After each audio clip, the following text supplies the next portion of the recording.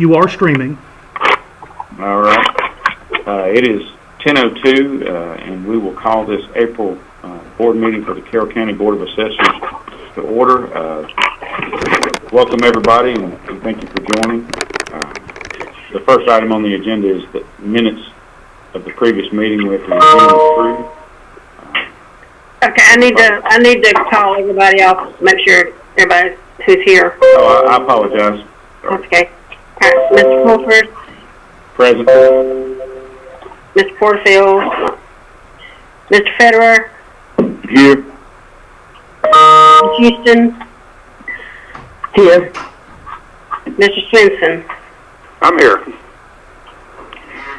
Okay. Thank you, Ms. Mary. All right. First item on the agenda is to approve the minutes from the previous meeting. Has everyone had a chance to review that? Any comments or questions? Motion to approve. Got a motion? Second. Got a second? Second. Ms. Secretary, if you will, call the vote. Okay, Mr. Fulford. Yes. Mr. Federer. Yes. Ms. Houston. Yes. Mr. Swenson. Yes. All right. The next item on the agenda is the conservation use. Everybody had a chance to review the con use list and review for any questions, comments. Karen's in here with us, so if you have any questions, she can answer those. Okay.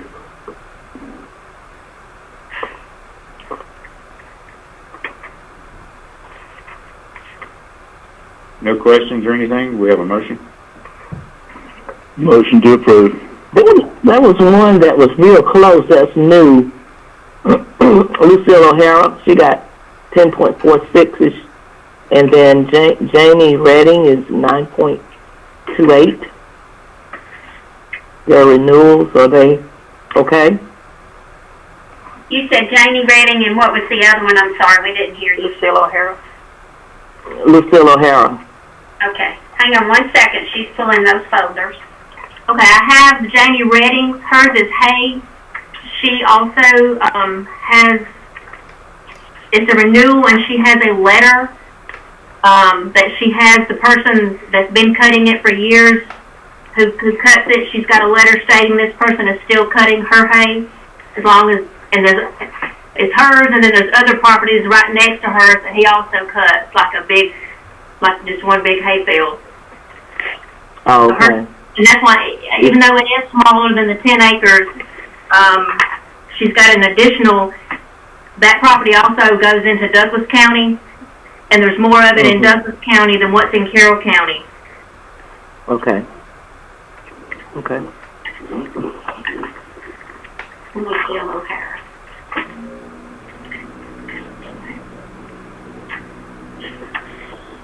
Hers is 10.46, just a little over 10 acres, just asking.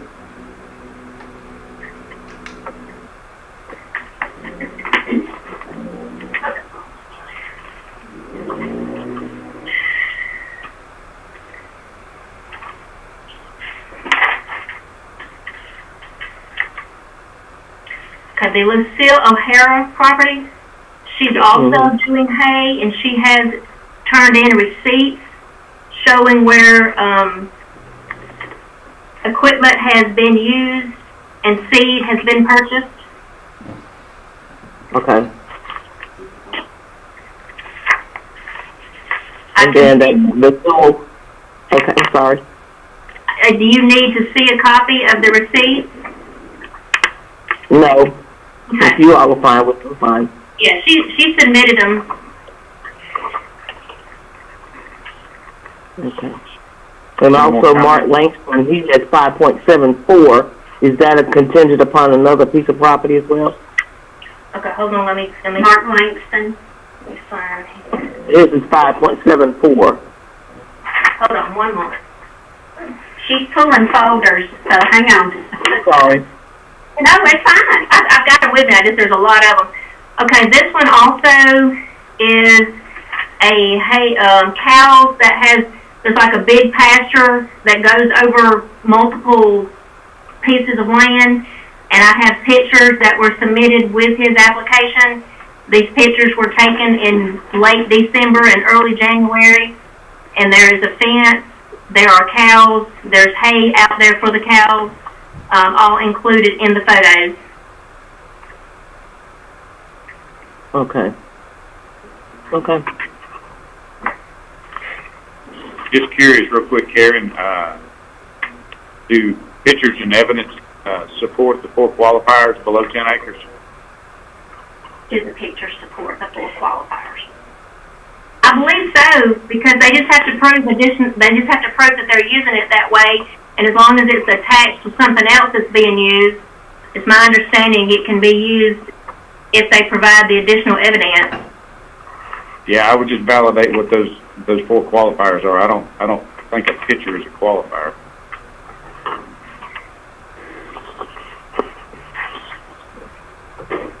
But just look into that one. Okay. Any other comments, questions on Con-Use apps? We've got a standing motion to approve. Make a motion that we approve. Oh, we were already into the one. Yeah, we got a motion already. All right. Are you seconding that? Yeah. Okay. Got a motion and a second. Ms. Mary, if you'll call the question. Okay, are we doing both of the list that you got? Yes, ma'am. Okay. All right, Mr. Fulford, Yes. Mr. Federer, Yes. Ms. Houston. Yes. You may. And Mr. All Ford, right. you're still not here, right? Correct. Okay. The next item on the agenda are the exemptions. The first item was Ms. Brenda Rodwell, Homestead. Ms. Renee, I'll turn that over to you. Okay. Miss Brenda does not live on the property. Her daughter does, Brittany. And this exemption, as you can tell, was done in February the 12th of 2020. And what we made her go back and get was a statement from Brittany saying that, well, we've needed a POA, but she wasn't able to get that because Brittany's wasn't in town to sign the homestead exemption. So what she did is she went back and got a note that says that her mother can, she's given her mother permission to sign for the homestead exemption for her, for Brittany, because Brenda doesn't live there. So I wanted, periodically I give you homestead exemptions that there may be an iffy situation or something, and I would prefer a ruling from y'all. So this is one of those. We require the POA in order for her to sign, but since she didn't have that and didn't have time to get that, even though it was before we had shut down, but I just wanted y'all to say yay or nay on this exemption. Is it something you can have her, we can decide on this today, but is it something we can have her come in and execute at a later date? I think it's okay. That was my opinion, that I think it's okay. I just wanted something from y'all saying it was okay for me to go ahead and do that. We are under the guidelines, of extenuating circumstances. I just received something from last Thursday or Friday about all this homestead exemption stuff, but this is Jim Swenson. I thought I read where that had been extended to July as far as application was concerned. No, the exemption itself was April the 1st, and that was it. But then what they're saying is once after that, because it is a yearly, Ellen Mills sent this saying that it is a yearly exemption. Yeah. And so if you didn't grant it during this time frame, they will send a notice out saying your homestead exemption was not granted, and during the appeal time, then they could appeal. Oh, that's right. That's what I read. Yeah, but rather than us be chock full of appeals, we had to change the way, and that was another thing that came through and wanted us to work. The Department of Revenue said they wanted us to work with these people, and even though y'all have a policy of not sending them in through email or faxing or anything, then we had to redo that policy, and we're kind of very lenient right now getting these homesteads. So, you know, they've been emailing them and trying to fax them copies of their driver's license and things like that. But this was before all of that happened. But I just rather y'all have a ruling on it saying that y'all are all okay with it, and I can go ahead and process it. Because if we don't, then she's going to file an appeal, and probably just file an appeal because she just purchased the property, because she's going to get her purchase price. And rather than clog up the system and have an appeal on the homestead, then I just thought maybe if y'all just said, okay, you know, then we'll just process it. Okay. Any more comments, questions from Mr. Bravo? Motion?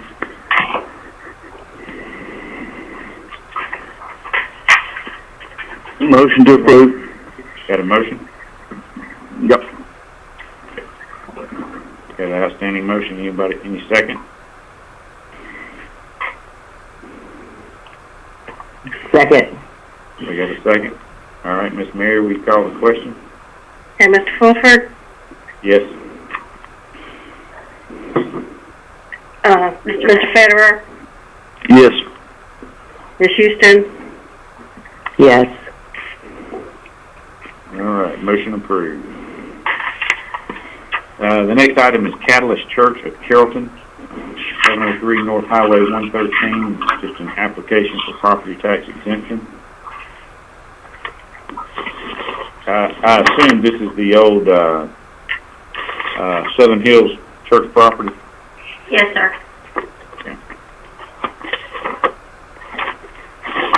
Any comments, questions regarding the application? I don't have that, so say that again. It's the Catholic Church, yes, of Carrollton. It's Catholic the old, Church. It's the old Southern Hills Church right up 113. Uh-huh. It's now Catholic Church. No, it's No, Catalyst. Catalyst. Say that again. Go ahead, Renee. Catalyst Church of Carrollton. Catalyst. I'm sorry. Okay. All right. I'm here. Okay.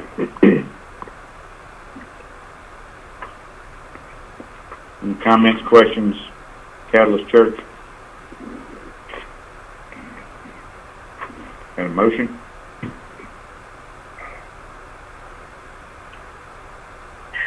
Motion to approve it. Got a motion? Second. Got a second? All right. Miss Mary, if you'll call the question? Mr. Fulford, Yes. Mr. Federer, Yes. Ms. Houston, Yes. All right. Motion approved. The next item on the agenda is Villa Rica Historical Society. Property address is corner of Barjay Road and Red Oak Way. Ms. Renee, if you will clarify, it looks like just a vacant lot adjacent to a cemetery. Right, it is going to, it's a parking lot, but it's also got a burial. That's what I was just trying to make myself go back to. Please pay. It is, we believe, the cemetery that is next to it, called Old Bethel Cemetery, might be larger than expected. They're thinking that the cemetery may actually be over on this piece of property. That it's going to be attached to.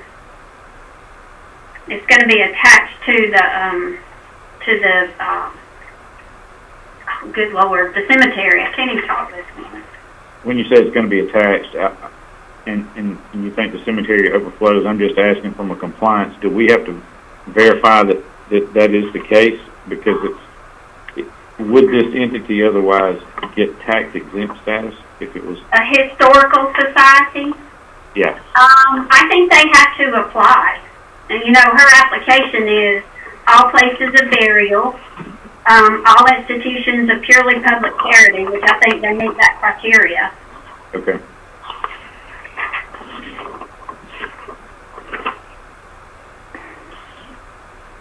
Any comments, questions in regards to Billerica Area Historical Society's app? I don't We have a motion? make a motion. Yeah. Approve application. You got a motion? Second. Got a second? All right, Ms. Mary, if you'll call the question. All right, Mr. Fulford, Yes? Mr. Federer, Yes. Ms. Houston. Yes. Okay, the next item is Spirit of Truth Ministries, 2031 Four Notch Road, Carrollton, Georgia.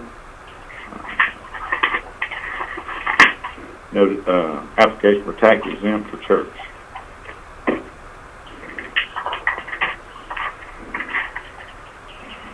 Any comments, questions?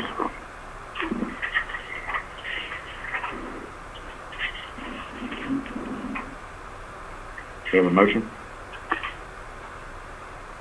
Motion to approve. Got a motion? Second. Got a second? All right, Ms. Mary, you call the Mr. question? Fulford, Yes. Mr. Federer, Yes. Ms. Houston. Yes. All right, motion's approved.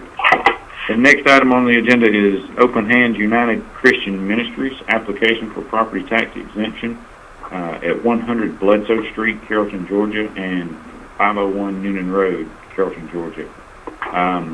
Ms. Renee, I saw the 501, but I assume it's a piece they've parceled out that's not yet recorded. Is that correct? Yes, and they're actually building the church. It's almost, it's there. Almost finished. Mm-hmm. Yeah. I saw that it's about 90% complete. Yeah. Also, just want to note per their application, it said they would like for consideration for tax years 2018 and 2019. Just want to note that. Yeah, I had a question as well. Mm-hmm. I had a question on that. Can we do that? No, I don't believe we can because the property wasn't being used for church purposes. It was just a vacant lot. Unless I'm misinformed, is that correct, Renee?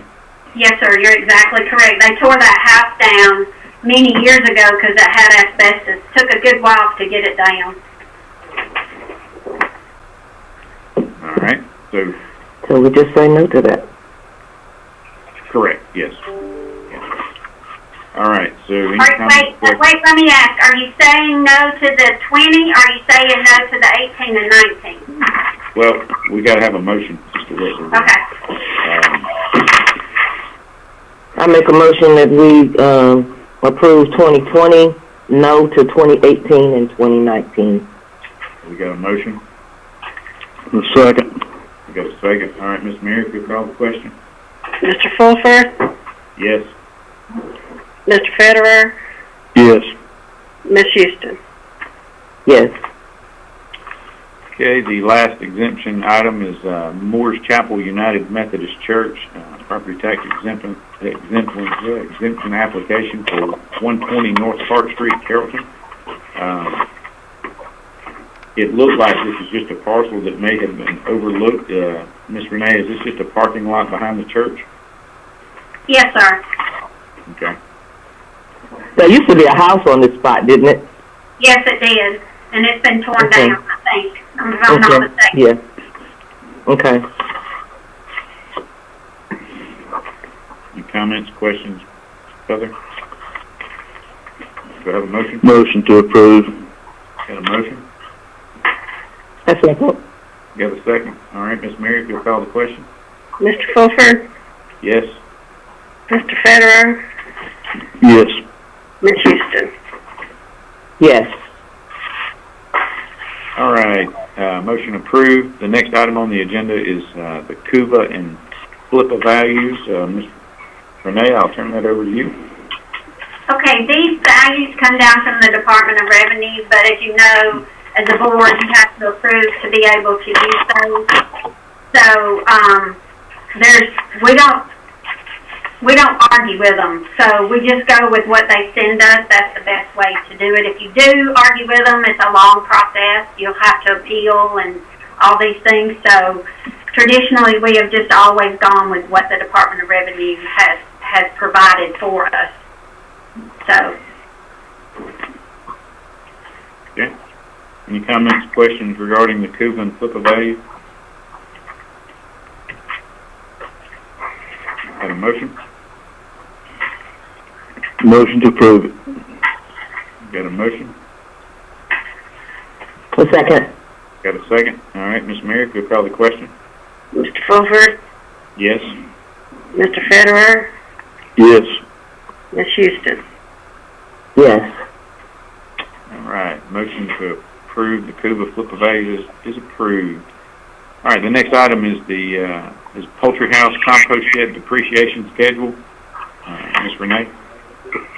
Yes, this is the, we developed this schedule quite some time ago, and it's based off of how much it costs to actually build the poultry houses and the compost sheds. And so the poultry house values are at $3 a square foot, and we always hold them at a residual value of 20% until they quit using them for the, purposes of producing chicken. And we just implement this within the system, and we just appreciate the poultry houses and compost sheds every year. That's ongoing every year. Okay. So we've got a 4% annual depreciation up until the 20% depreciation, which is the residual value. All right? Yes, sir. All right. Any more comments, questions on the depreciation schedule for poultry houses and compost sheds? Do you have a motion? Have a motion. Got a motion? Second. Got a second? All right, Ms. Merrick, you'll call the question. Mr. Fulford, Yes? Mr. Federer, Yes. Ms. Houston. Yes. Okay, the next item on the agenda is a CMAS proposal. Ms. Renee, I'll turn it over to you. Okay, this is a continuation of the cost contract that we have had in the last 17, 18, and 19. It's just a continuation of it. It has increased a little bit, and so based on my conversation and what I've, seen with Kevin being here within the office and the field work and everything, I had felt like that the 2 and 3 days, the cost of services, the 2 to 3 days per week, is better for us financially. And they, they're in the office periodically, but sometimes they're really not in the office a lot. And I just asked them to let me know that they're not in there, so in case somebody calls, then we'll be able to tell them, fine, well, we can transfer you to that number or whatever. If you'll see it, 65, 65, and then 100, and that's what happened this last 3 years as well. What they try to do. Let me stop you a second. Everyone, are y'all looking at the same thing? Because I got a one-page document that was a contract for schedules. Is everybody looking at the actual 3-year contract extension? I'm not, because I'm still trying to find it. I don't see it. That was on last month. That was on last month. I don't even recall getting it okay. last month. You don't remember seeing it? I looked at everything, and I Okay, remember so you might want to. we've seen a version of it when we met in February. They did a presentation. So, do you want to table that until the next meeting? Are we okay to? Do you feel okay tabling that? Is there a time frame? Well, we're going to be running tight because their contract runs out June the 30th. Yeah. If you approve it in May, there's no problem. Because they'll be here to do the assessment notices. But if y'all feel better moving it to May, that's fine. Yeah, let's move it to May to make sure that we're all looking at the same document and Okay. have all of our questions in line. Okay. I was scrolling trying to find it. Okay.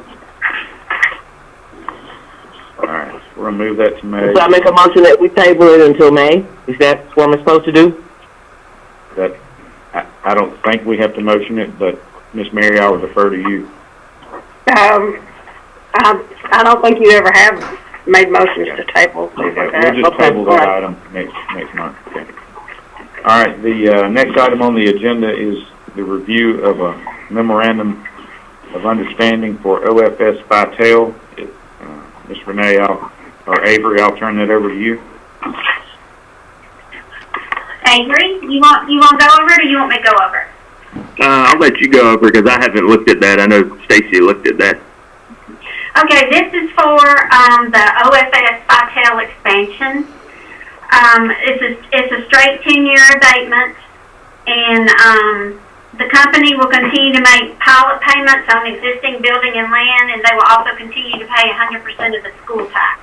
So what this does is they're abating the county and the city tax for 10 years, and it's done. And I hope you got the whole thing. And it Done on is a declining basis, right? Yes, sir, it is. That's what I was fixing to say. Like the first year, they don't pay any tax, but the second year, they'll pay 10%. Until the 11th year and after, they will pay 100% at that point. And we have to keep up with that ourselves, and then give it to the tax commissioner, and she's the one that sends out the bills. And it's on the building and land itself. There may be one existing on the personal property. I don't think that's what's in here, was it, Mary? I don't think it personal was. property was in that MOU. Didn't look at it. Okay. It usually does contain personal property. Anyway, we just need for y'all to okay it, and This is the typical language for most of our MOUs that come out of the county and economic development, right? yes, sir, it is. It's from the Development Authority. Yes. Okay. Any more comments, questions on the MOU? We have a motion? Motion to approve. Got a motion? Second. Got a second? Ms. Mary, if you'll call the question. Mr. Fulford, Yes. Mr. Federer, Yes. Ms. Houston. Yes. All right, motion approved.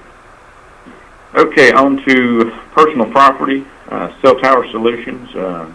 Ms. Renee or Mary, whichever one of y'all want to take this one. I'll go over, Stacy sent me an email. Yeah, I saw her comments. Okay. So we may have a few on this contract that we need to consider as far as the verbiage, Correct. on some of it. So we'll have to get that approved through Stacy first before we are to continue on. But basically, I know all of y'all were here when we did it in March, correct? When he gave his presentation. Yep. And Yep. so we were talking about them doing just one cell tower, and Mary was going to pick that one cell tower, and let's just see how that goes. Okay. I do have a question on the Schedule A fee for service. It's just a sentence they put in there that I'm not exactly comfortable with. It's that last sentence says any towers or carriers inventoried as part of this project will be considered complete. And it says, and deducted from the cost of the countywide project in the fiscal year 2021. Well, we've not agreed to that piece of it, so you may just want to say deducted from the countywide project if the county so chooses to move forward. We don't Okay. want to And be that locked in. was included in Stacy's information as well, too, wasn't it? It may have been, but we I just think want so. to make sure I of think that. she caught that, too. And the only other piece I saw in there, which Stacy addressed it as well, is it basically said that it was not this was not an appraisal, that it was an assumption of original equipment value and I think useful life. Yeah. I don't know how that would play into an appeals process to somebody goes, well, that's not current market value. That was original minus depreciation or useful life. So something to consider that Stacy highlighted as well. Okay. Yeah, those are probably questions we need to address with this company. Yeah.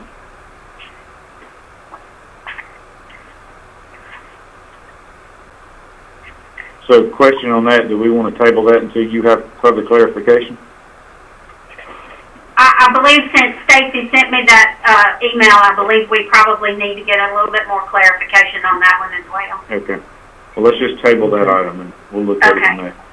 Okay.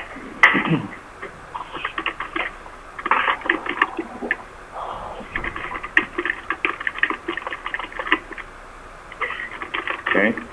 Moving on, the next item on the agenda is estimate of personal property audits by municipal audit professionals. Ms. Renee? I'm going to turn this over to Mary. Mary got that information up. Okay. Okay, I just contacted a couple of audit firms and asked them to just give me a general price range of what they would charge to do personal property audits based on the value of their accounts. And they just sent me what they had for what they charge, you know, for like under $50,000 and then all the way up to over 50. Well, one of them is all the way over $50 million. What they would charge per account. Like I said, I asked them just for a general, a general amount. You didn't get the one from Turner Business Services? No, ma'am. Okay, I sent them both at the same time. I don't know. Anyway, Well, now we have, I'm sorry, we have Trailer Business Service and we have the Trailer Business Service and Municipal Audits are the two that I asked just for a general information, just to get a general idea of what it would cost to do personal property audits. And this is the information they sent me. And, you know, there's not that much difference in the two. So that's, you know, I figure that whoever we pick, you know, it's going to fall somewhere within that range of prices, depending on how many accounts we want to audit and the value of the accounts we want to audit. So are you seeking our approval to use one of these, or you just sharing? No, I think we have to bid it out. If we do, we have to bid it out. You have to bid it out. Yeah, I just sent out general, you know, to get general information. I wasn't, you know, offering them anything. So you would have some idea about how much it's actually going to cost. Yeah. Correct. Well, we also know that we've got budgeted $40,000 a year, so we're not going to spend more than that anyways. These are just the fee per audit based on the company size or the asset size. Right, based on the account values, yes. Okay. But you know, according to the code section, we have to you can't just pick like over $1 million accounts. You know, Yeah. you have to pick a sampling. I understand that you have to sample it, and it has to be random. Yeah. You know, I think maybe then, I don't know if we've got time in this year, but definitely next year is we go ahead and get that random sampling generated, and then put it out for bid, up to 40,000. Just trying to allocate the resources available to us and stay compliant. So, would everybody agree with that? Yes. Yes, I mean, that sounds good. It's just you know, I don't know how if we do the sampling, just everybody all together, or if we take so many of the accounts over 20 million, so many of the accounts below 50,000, I don't know. You're not going to get much for that 40,000. No. You know that, right? No, I'm not going to disagree with that, but you know, as we've stated before, we can't do it all at once because of the cost. So we just got to spread it out over time and just be methodical in how we do that. But we've got to start utilizing anything that we internally are not processing. We've just got to use these third parties to help us get it done. Yes, sir. So I would say let's just put a plan together and let's make this start becoming an annual thing next year since we've got the funds allocated. Yeah, I'll work on getting a random sampling of accounts and see where we can go from there. All right. No decisions there. All right. Move. The next item, residential improvement dollar per square foot. We're removing that from the agenda, and we'll possibly add that back to the May meeting.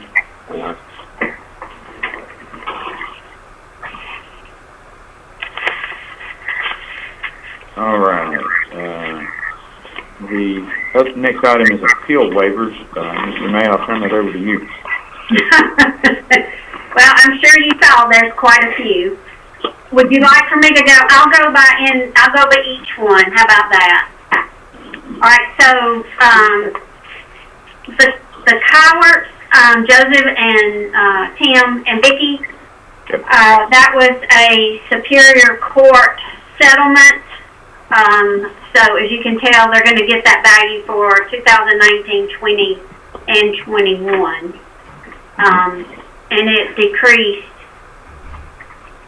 by $97,000. Okay, and Havoc, the next one is commercial,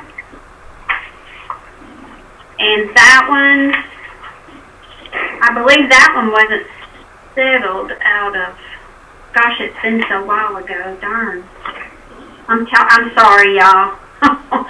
This was a hearing officer, and it was settled outside of the hearing officer. Okay. So we went from $1.853 million to $1.7 million. Okay. Then we have Cash and Sherry Johnson, and that was a settlement, a Superior Court settlement conference, and after that, it has been settled as well. It went from 287 to 248. Okay. All right, and then we have the EMF. Okay, this is a commercial EMF investment. That was a commercial one as well. At the settlement conference, we went from 1.7 to 1.6. Okay, and then we had VED, which was a commercial one as well, and that was a Superior Court conference. We went from 2.3 to 2.1. Then we had Elaine Fuller, and that was commercial as well. And that was done at the settlement conference, and that went from 968 to 700,000.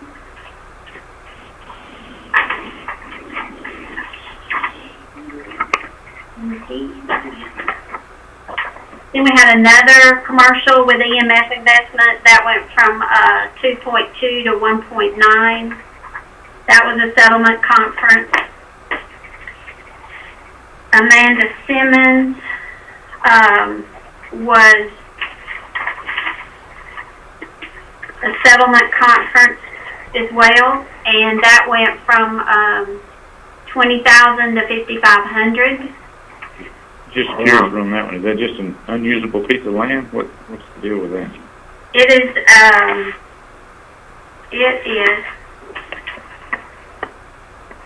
It is a mobile home and lot in Holly Creek Estate. I assume the mobile home is dilapidated. 155. No, so wait a minute. I don't have the. Hang on.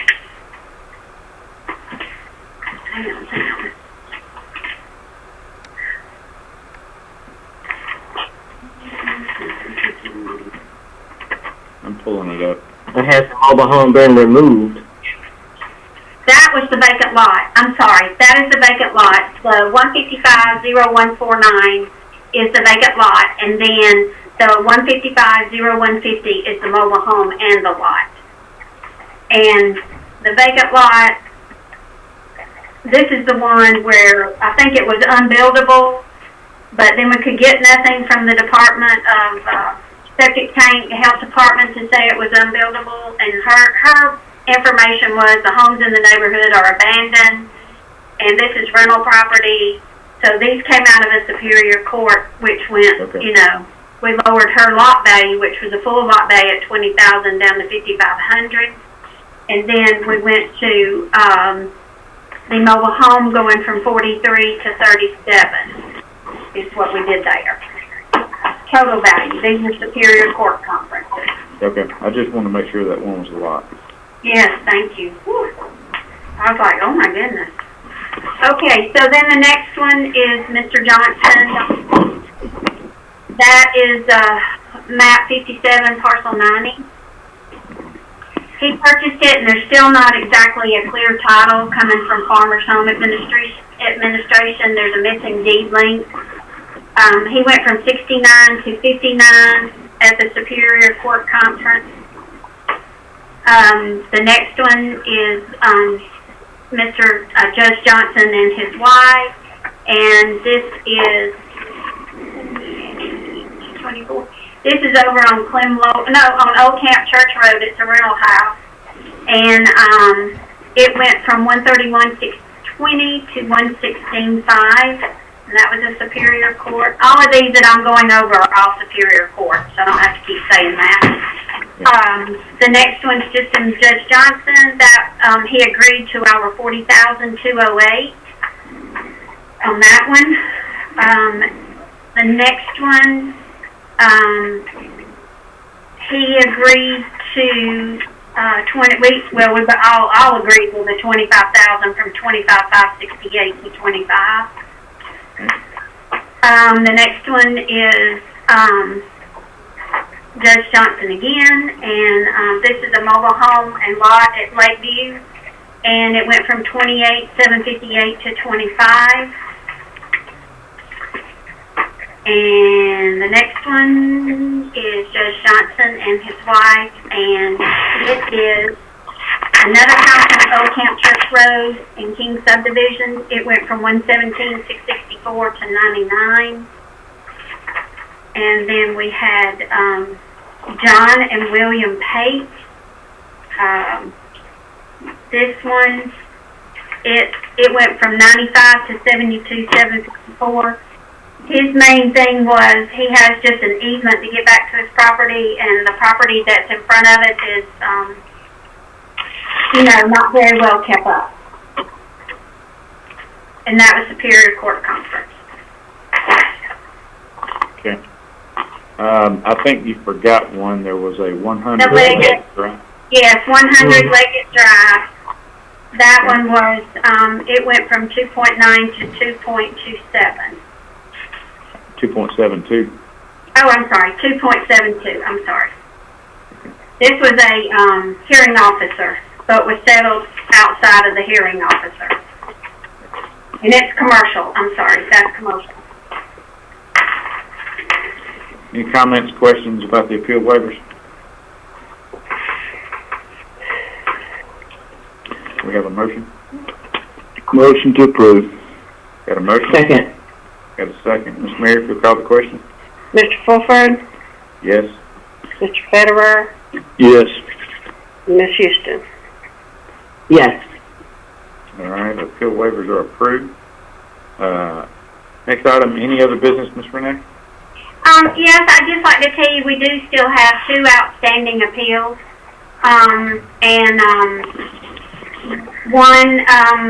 One is property out, I can't remember where the name of the subdivision is. Mr. Corrant is what his name is. He has now hired an attorney, and it was supposed to go to Superior Court Conference, have been rescheduled, and we were having it again, and then all this came about. So we've got to get that. The attorney seems to think that we can settle it over the phone where he doesn't have to come down from Atlanta. And the other one, Avery and I are working on because it is Mr. Reynolds and his 3 lots over on Hayes Mill. And so I got an email from Avery stating that we're getting an attorney from Cedartown to help us out with that one. Since we had the other issues that happened with that one. So we've still got 2 outstanding from 2019. Okay. Well, let's just work to get those resolved pretty quick. Yes, I'm trying. I would like to. All right. Any other business? I do not have any. Any other comments from the board members? No comment. Okay. Is there a reason to go into executive session? Not at this time, no, sir. If that's Motion to everything, adjourn. we got a motion to adjourn. A second. We got a second. Ms. Mary, if you'll call the question. Ms. Fulford, Yes. Mr. Federer, Yes. Ms. Houston. Yes. All right, that motion to adjourn is approved, and that concludes our April board meeting of the Carroll County Board of Assessors.